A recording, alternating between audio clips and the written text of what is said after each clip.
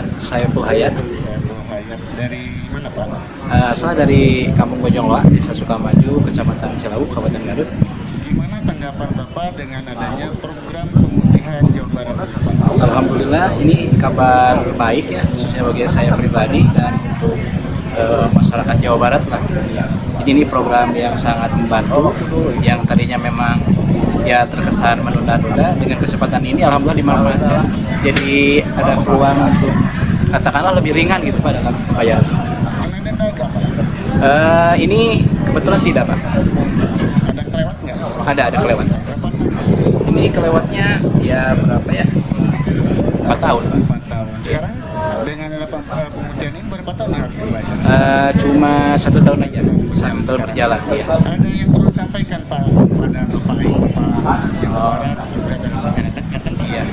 Yang perlu sampaikan yang pertama ya terima kasih kepada Bapak Deddy Mulyadi selaku Gubernur Jawa Barat untuk program ini. Ya alangkah lebih baiknya misalkan bisa diperpanjang lagi lah, pastinya akan lebih banyak warga yang untuk periode ini belum bisa tercover semuanya gitu.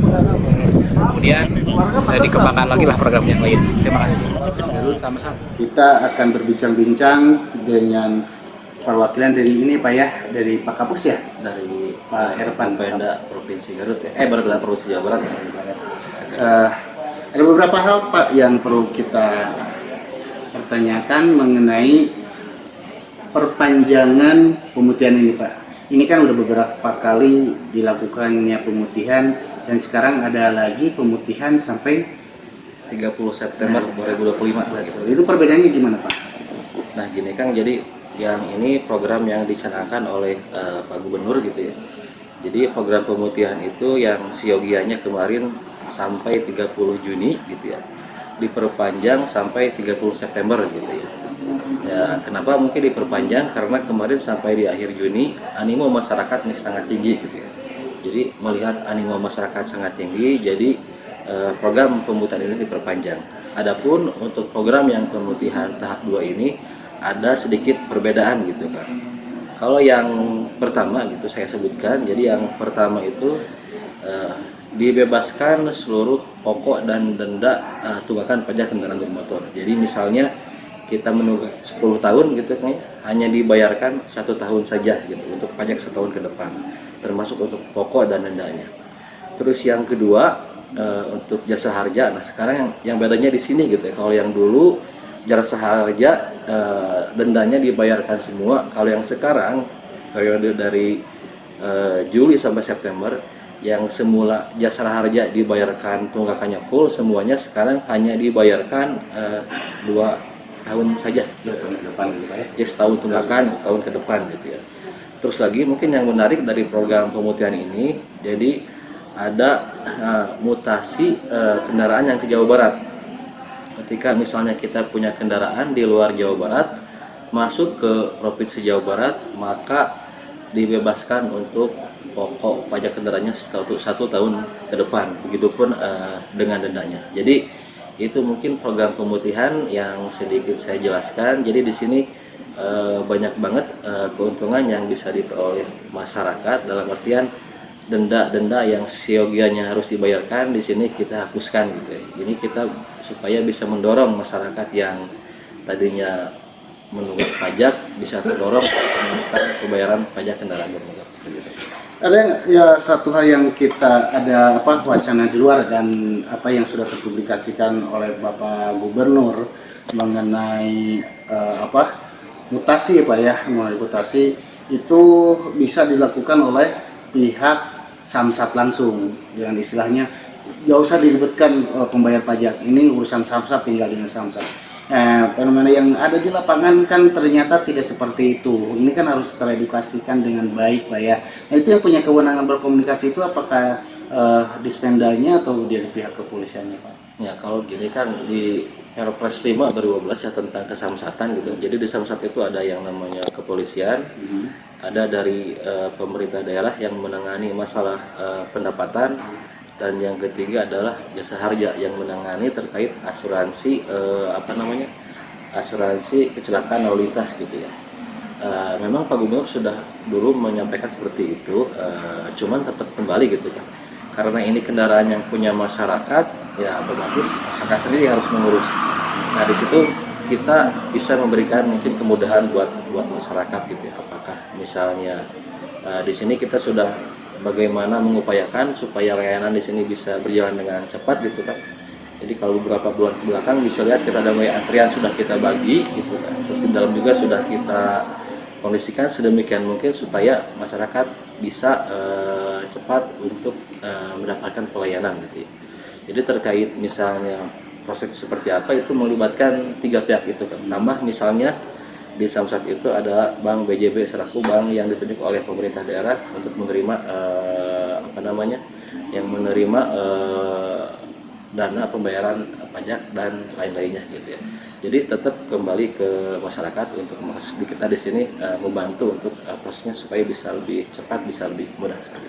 Kalau teknis pengambilan berkasnya Pak dari luar Jawa Barat gimana? Atau antar kabupatennya Pak? Ya. Dilakukan oleh ini atau oleh pihak Samsat? Kalau dilakukan pelit Samsat di sini kita nggak bisa layanan gitu kan. Kita kan Terbatas, Pak, di ya? sini SD-nya sudah terbatas gitu kan. Terus ketika cabut mutasi itu ya harus dilakukan oleh si masyarakat itu sendiri gitu. Karena apa? Ketika misalnya mau mutasi misalnya dari Bandung gitu ya. Jadi kendaraan yang akan punya dibawa ke Bandung, digesek di Bandung gitu ya untuk cek fisik awal, baru pendaftaran untuk proses mutasi gitu ya. Dan itu mungkin tidak bisa dilakukan oleh pihak Samsat gitu ya. Kalau dilakukan pihak Samsat kan tugas pokok kita di sini untuk melakukan layanan gitu ya. Sementara ketika harus datang ke sana gitu kan itu sudah tidak mungkin kan. Dulu mungkin yang Pak Gubernur itu yang bilang itu ketika katakanlah tidak ada KTP maka bisa dibantu gitu ya untuk proses KTP-nya seperti apa. Nanti mungkin kalau KTP kita bisa koordinasi dengan Disub Capil gitu ya. Kalau misalnya KTP-nya tidak ada atau seperti apa, ya nanti bisa kita mungkin koordinasi dengan Disub Capil agar bisa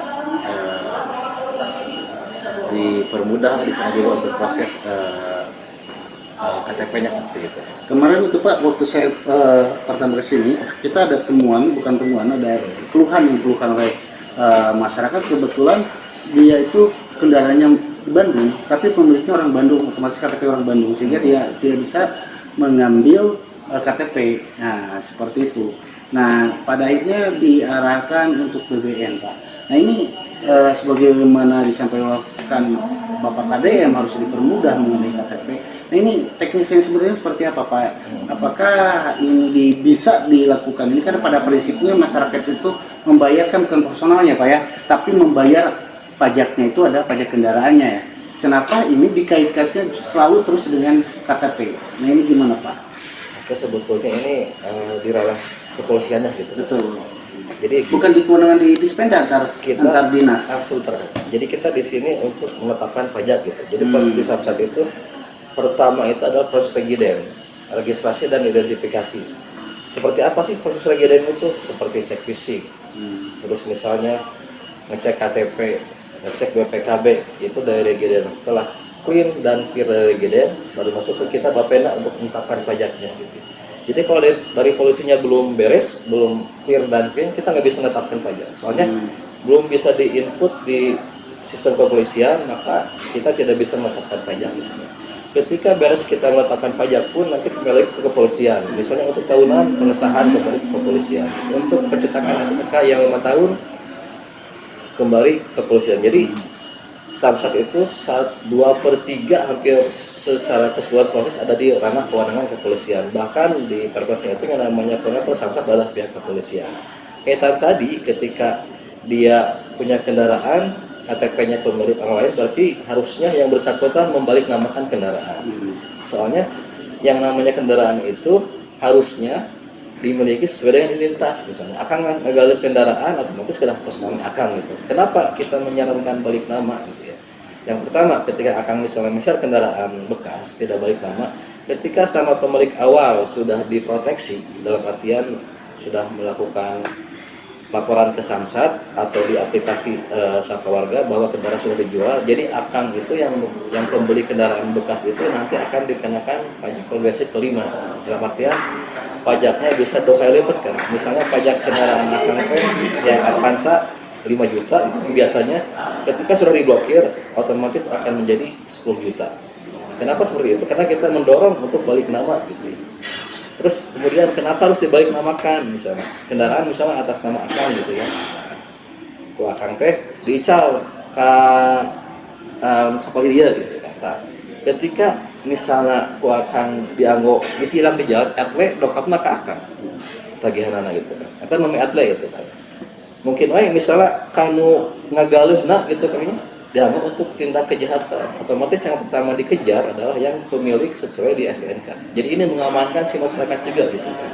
Mending kalau hanya sebatas misalnya untuk pelanggaran jalan seperti atle atau misalnya tindakan kriminal yang ringan. Kalau misalnya hubungannya dengan misalnya akan jual kendaraannya yang membeli itu bisa dipakai untuk kegiatan teroris kan. Panjang urusannya kan. Betul. Kali pariwisata sabarah jam mungkin. Nah, memang inilah ya, Jadi ngarahkan ke sana gitu. Betul, yang kita perlu edukasi ya masyarakat sampai ke arah sana. Cuma harus kita pahami juga Pak. Terkadang kan untuk BBM itu mereka keterbatasan belum punya uang kan ini. Nah ini kan yang jadi persoalan. Kita temuin di lapangan bahwa mereka itu kalau kita BBM kan tidak hanya pindah, tapi kan otomatis baru lagi dari SNK yang platform mereka harus bayar. Otomatis angkanya nilainya kan kalau bayar pajak cuma 200.000 ini mencapai 900.000 kan seperti ini. Nah inilah menjadi kendala di temuan di lapangan seperti itu Pak. Nah tadi ada langkah Pak Gubernur kembali Pak ya istilahnya sehingga ini kan tinggal aja jangan dipersulit dengan permasalahan KTP, tinggal komunikasi dengan Disduk Capil. Nah gimana Garut untuk menjalankan sistem itu yang disampaikan Pak Gubernur agar dipermudah dengan komunikasi dengan Disduk Capil? Apakah itu juga sama di ranah kepolisian atau memang karena ini menyangkut sipil atau dalam artian dispendanya ini dilakukan oleh dispenda atau seperti apa Pak? Ini kan kalau yang tadi yang mempertanyakan KTP itu kan ada di Perpol, saya sedikit melangkahi yang kepolisian gitu ya.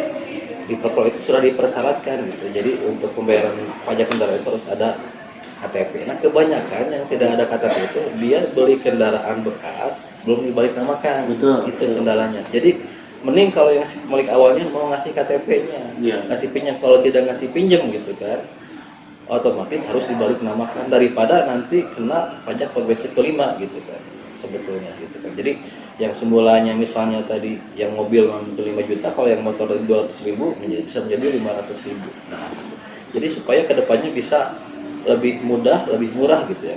Kalau kita sudah punya kendaraan milik sendiri gitu kan. Jadi sekarang dari pihak kepolisian sudah ada aplikasi Signal gitu ya. Jadi bisa bayar lewat aplikasi Signal. Bahkan di aplikasi Signal itu ada option delivery ke rumah. Bisa akan ngadu kendaraan terus sama atas sendiri mah gampang. Tinggal bayar di Signal. Nanti itu ada opsi apakah mau diambil ke Samsat atau mau dikirim ke rumah. Syaratnya apa? Harus atas nama sendiri. Jadi kita secara keseluruhan bagaimana caranya supaya masyarakat tertib administrasi kendaraan. Tertib dalam artian pajaknya dibayar, terus kendaraannya sudah atas nama sendiri kayak gitu. Artinya ke sana gitu. Kebanyakan yang nggak ada KTP itu karena dia belum dibalik namakan gitu kan. Gitu. Terima kasih. Wassalamualaikum warahmatullahi wabarakatuh.